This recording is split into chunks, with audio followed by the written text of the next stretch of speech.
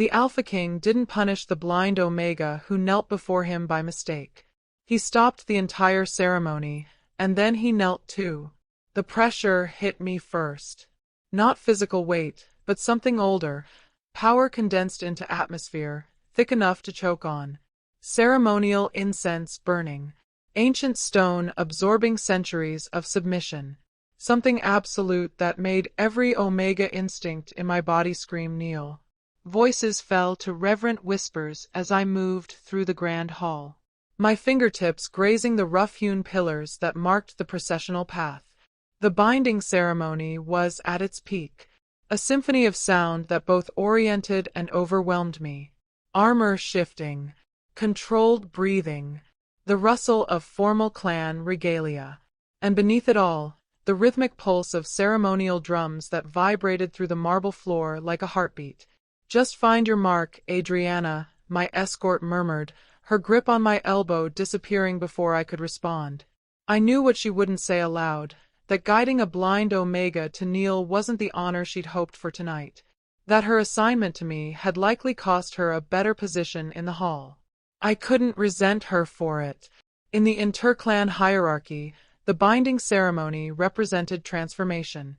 The chance to pledge loyalty, to be recognized, to secure your bloodline's future.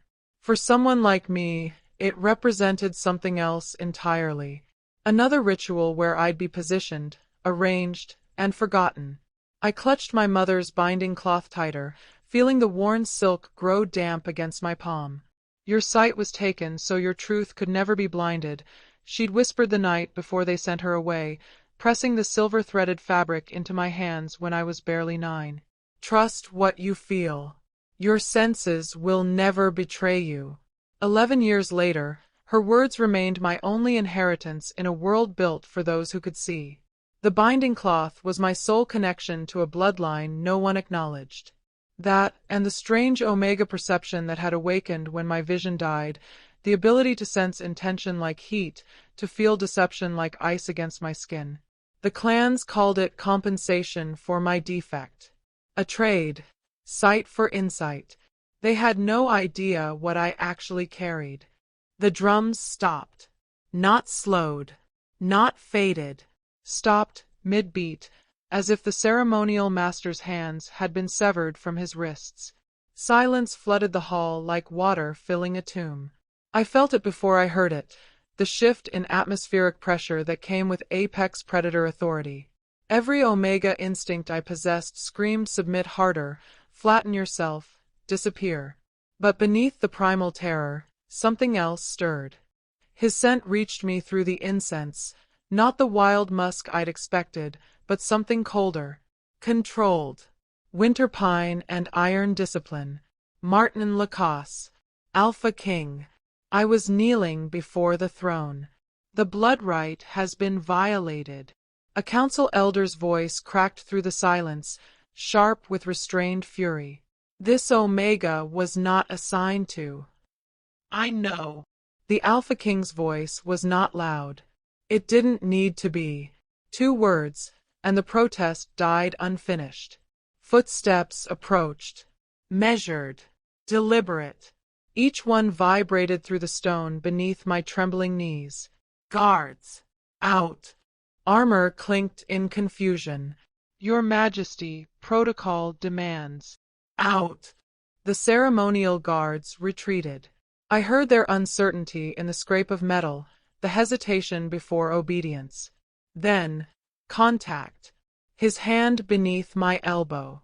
Lifting. The hall erupted in barely contained chaos. Whispers hissed like steam escaping pressure. This wasn't done. Alpha Kings didn't touch and bonded Omegas. They commanded. They gestured. They never. But he was lifting me to my feet with a gentleness that contradicted everything I'd ever been told about Martin Lacasse's ruthlessness. My senses flared. His touch should have burned with alpha dominance, should have forced submission through skin contact alone. Instead, it anchored me, steadied me, and something impossible happened. The violent alpha energy radiating from him quieted. "This Omega is under crown protection." His words carved through the council's objections. Any who question this will find themselves questioning from significantly less comfortable positions. A new voice, older, venomous. She has deceived the ceremony. Omega manipulation is careful. One word. Glacial. I end reigns before breakfast. Don't test whether I'll make an exception for council seats.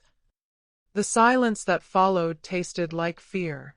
Escort her, Martin said, and I felt his attention shift. Beside me, not behind. I'd never been perceived before. Not truly. Now hundreds of eyes pressed against me like physical weight. Martin positioned me 3 steps from the throne, an impossible distance for an unmated Omega. The council reformed in rigid semicircle, their displeasure thick enough to taste. State your clan affiliation. The ceremonial arbiter's voice held barely masked contempt. Threadwater bloodline, sir. Minor house, Eastern. A wave of malice crashed over me from the left. Sharp. Acidic. I flinched violently, turning toward the source before I could stop myself. The hall noticed. Does something frighten you, Omega? The speaker was High Alpha Corvin. His tone dripped false concern. You're quite safe here. Liar. The word blazed behind my teeth. His intention felt like rot beneath polished wood. My voice fractured. I apologis, I just. She senses intent. Martin's observation cut through my stammering. Not accusation. Clinical assessment. Your Majesty, Corvin laughed. Too bright, too quick. Surely you don't suggest this child possesses. You pledged first loyalty yesterday. Martin's tone hadn't changed. Still glacial. Still absolute. Remind me. To whom? To the crown, of course. As I have for. Ice lanced through my chest. I gasped, stumbling back. The lie had physical presence. She reacts to deception. An elder's whisper carried. Omega witchcraft. Martin moved closer to me. Not protective, evaluative. Is that what you feel? I nodded, trembling. Not words. Intention. Like temperature changes, but how could I explain? Your anger earlier was hot iron. His loyalty is. I gestured weakly toward Corvin. Cold ash. Something burned out. The High Alpha's composure cracked. This is manipulation. She's been trained to. Corvin met with the Northern Separatists 6 days ago. Martin spoke over him. My spies confirmed it this morning. I was deciding when to execute him. The temperature plummeted. Thank you for the timing. Guards materialized. Corvin's protests died as steel closed around his wrists. The eldest councilwoman rose, her voice cutting through the chaos like a blade. This Omega is not a gift, Your Majesty. She is a weapon, and someone has aimed her directly at your throne. The ceremonial hall transformed into trial chamber within minutes. Clan seals slammed onto the judgment table. The Grand Council convened without vote, without protocol, pure authority asserting itself. I stood in the center of their circular formation, exposed, accused. How long have you possessed this ability? The High Magistrate's question wasn't curiosity. It was prosecution. Since my sight left, I was 9. Convenient timing. An alpha I couldn't identify. Blindness arriving with enchantment. It's not enchantment, it's blood corruption, then. The eldest councilwoman again. The old Omega lines carried forbidden gifts. Gifts we eradicated for good reason. My throat closed. They knew about my lineage. These are serious charges, another voice intoned. Treason by deception. infiltration of sacred ritual, corruption of alpha instinct. Martin's presence loomed behind me, silent, watching, testing me. The realization stung worse than their accusations. He was allowing this, measuring whether I'd shatter. I forced my spine straight. I infiltrated nothing. I was placed here. By whom? I stopped. That feeling again. Murderous intent, closer than before. Not general hostility, specific. Surgical. Aimed at Martin, not me. I turned toward it slowly. Third position from the throne. The sensation intensified. Cold, patient violence. Someone in this room wants the king dead. The words escaped before wisdom could stop them. Third seat, eastern quadrant. Chaos erupted. Martin moved with predatory efficiency. His voice cut through the uproar like an axe. Chancellor Voss, my father trusted you for 40 years. Pause. Lethal. Empty your left sleeve. Now. The council froze. A blade clattered onto marble. Poison etched. Unmistakable. Martin didn't blink. The next person who questions this Omega's value will join Corvin in the lower cells. She's found 2 traitors in 20 minutes. How many have you caught this decade? The chamber remained silent, but I felt it clearly. They no longer feared his crown. They feared me. The archivist arrived smelling of dust and old parchment. Ancient even by council standards, his shuffling steps carried the weight of forgotten centuries. Show me the pendant. My mother's binding cloth. I'd been clutching it since the interrogation began. With trembling fingers, I unwound the silk. The archivist inhaled sharply. Crescent moon. Silver thread weave. Weighted silk. His voice cracked. Blessed ancestors. It's a veritas sigil. Explain. Martin's command was absolute. Balance Omegas. The words fell like stones into still water. Before the clan wars, before alpha supremacy law, they were the crown's foundation. They sensed corruption, identified traitors, prevented tyrants from rising. They were, he paused, choosing words carefully, revered. My knees weakened. What happened to them? Martin asked. The Council of Iron Blood happened. 3 centuries ago. Balance Omegas could topple entire houses with a single testimony. They made truth inescapable. The archivist's milky eyes found me despite their blindness. So they were systematically eliminated. Bloodlines erased. Records burned. Not all, I whispered. No. Some families learned to seal the gift.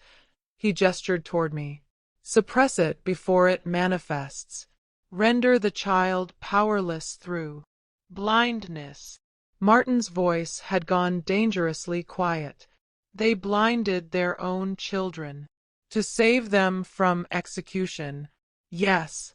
The chamber tilted.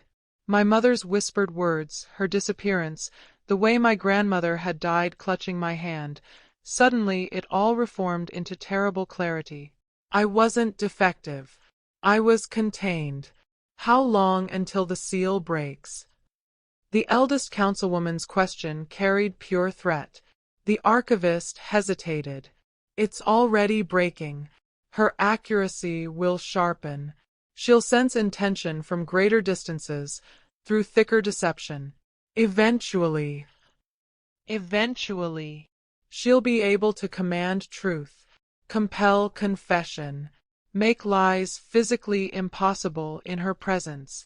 The council erupted. Execute her now, before she awakens fully.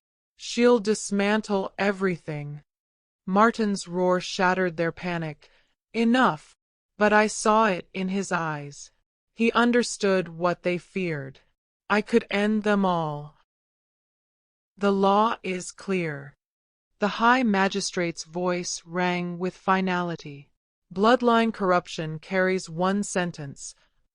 No. Martin's refusal stopped the condemnation mid-breath. Your Majesty, this isn't a request. Alpha supremacy law requires.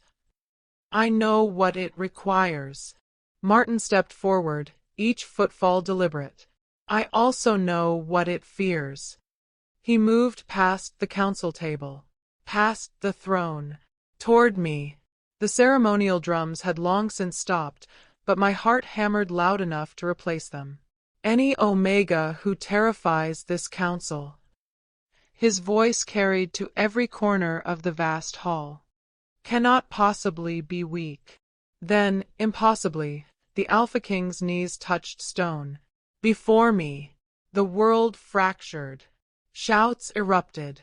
Ancient protocols shattered like glass. Clan leaders surged to their feet, roaring protests that blurred into incoherent chaos. But I barely heard them. Because Martin Lacoste, ruler of every clan, breaker of rebellions, the most feared Alpha in living memory, knelt in supplication before a blind Omega from a bloodline they tried to erase. My senses flared, searching desperately for the trick. The dominance play. The political calculation. Instead, I felt choice. Pure, devastating choice. No compulsion. No Alpha command forcing my submission. Just his will, offered freely, with full knowledge of what it cost him. You were never broken, Adriana. His voice dropped, meant only for me despite the hundreds watching. You were buried. There's a difference. My breath caught. They feared you before you could even speak your own name. That should tell you everything. The council's outrage built like approaching thunder. Martin extended his hand. Palm up. An invitation, not an order. Stand with me, he said quietly. Not behind me. Not beneath me. With me. His intent blazed clear. Equality. The most dangerous word a king could speak. I reached out and took his hand. The private chamber smelled of cedar and old leather. No incense. No witnesses. Just silence and the crackle of a fireplace I couldn't see.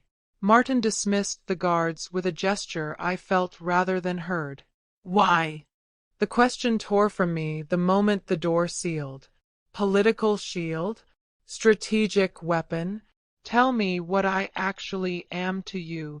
Truthfully, I'll know if you lie. A pause. Then, surprising, a low sound that might have been laughter. Yes, you will. Footsteps approached. Stopped 3 paces away. Respectful distance. You terrify me, Adriana. I hadn't expected honesty that raw. Not because of what you can do, he continued. Because of what you make me want to do. His voice carried something I'd never associated with the Alpha King. Uncertainty. Every instinct I have screams to claim you. Mark you. Bind you to me before another Alpha even thinks. He stopped abruptly. I felt it wash over me. Desire, yes, but throttled by something stronger. Iron control. Deliberate restraint. And beneath it all, awe. He looked at me the way sailors regarded storms. Dangerous. Beautiful. Inevitable. But you won't, I whispered. No. Absolute. I won't. Why? Because you've been controlled your entire life. His boots creaked as he shifted. Your sight taken.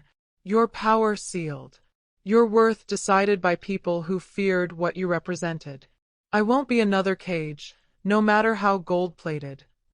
My throat tightened. I'm offering sanctuary.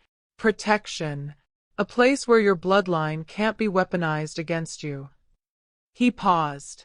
What happens beyond that is entirely your choice. I reached for his intent, searching for manipulation, for hidden agenda.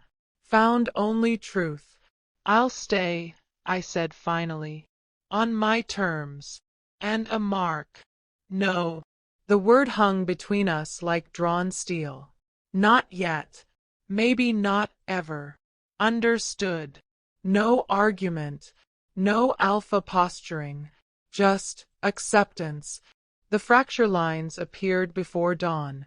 House Nightmare knelt first, their alpha submitting fealty not to Martin, but to me.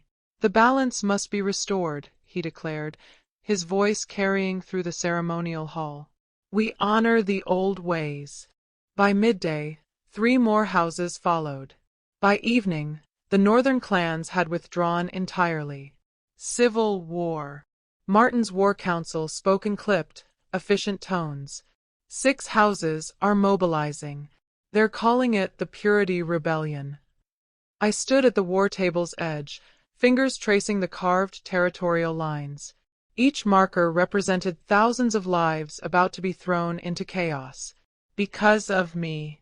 The Queen Council has issued formal declaration. A messenger's voice wavered. They've labeled the Omega, he caught himself, Lady Adriana's presence at court as corruption of natural order. They're demanding her surrender for neutralization. Execution. The word they wouldn't speak. Let them demand. Martin's response was granite. She stays. But I felt the cost in his rigid posture. Every alliance straining. Every loyalty questioned. The kingdom fracturing along fault lines older than his reign. You should parade me, I said quietly. The council fell silent. Show them I'm not hidden, not ashamed, not afraid. I lifted my chin toward where I sensed Martin standing. Walk me through the capital. Let them see what they're really choosing. That's dangerous, someone protested. Everything about her existence is dangerous, Martin replied. That's precisely the point. We walked at sunset, through the grand marketplace, past the guild halls, down the processional avenue where thousands gathered. Not behind him, beside him. I felt their stares like physical pressure, heard the whispers cascade through the crowd. The blind Omega, who sees everything, the one who made the king kneel. Balance returned. Or the end of us all. My name passed from mouth to mouth like prophecy, like warning, like prayer. The binding ceremony never concluded. No final chants, no ceremonial sealing. The ancient rite, unbroken for 3 centuries, remained suspended, incomplete, a living wound in tradition. Some things, once interrupted, could never be restored. I descended the throne platform with steady steps, my fingers trailing along the marble balustrade. No guards flanked me. No chains bound my wrists. No mate mark burned at my throat. Just Martin, adjusting his stride to match mine. The grand hall doors stood open. Beyond them, the capital sprawled in twilight, half celebrating, half sharpening weapons. The kingdom balanced on a knife's edge, and I was the hand that had tipped the scales. Regrets? Martin asked quietly as we reached the threshold. I tested the question for expectation, for hope of a specific answer. Found only genuine curiosity. I knelt blind in that hall, I said, pausing at the doorway. The evening air kissed my face, carrying smoke and distant voices. Invisible. Dismissed. Another expendable Omega in a bloodline they'd already forgotten. And now? Now clan leaders swore oaths to me. Now the Queen Council screamed my name in emergency sessions. Now rebellion armies gathered under banners that called me either salvation or abomination. Now they see me. I stepped forward into the cooling night, whether they want to or not. Behind us, the council would reconvene. War strategies would be drawn. Alliances would crumble and reform. The kingdom would bleed before it healed, if it healed at all. But something fundamental had shifted. I'd entered that ceremony as a mistake to be corrected. I left it as the correction itself. The blind Omega who'd knelt in silence before the wrong Alpha now walked beside the right one, head high, power unsealed, future unwritten. And the throne, for the first time in centuries, bent toward balance. Not the other way around. If Adriana's story has you hooked, show me by hitting that like button right now. It takes 1 second and tells me you want more chapters like this. Subscribe so you never miss an upload, because trust me, what's coming next will leave you speechless. New chapters drop every day/week, and this story is just getting started. Welcome to the journey. Let's see how far this goes. Crown.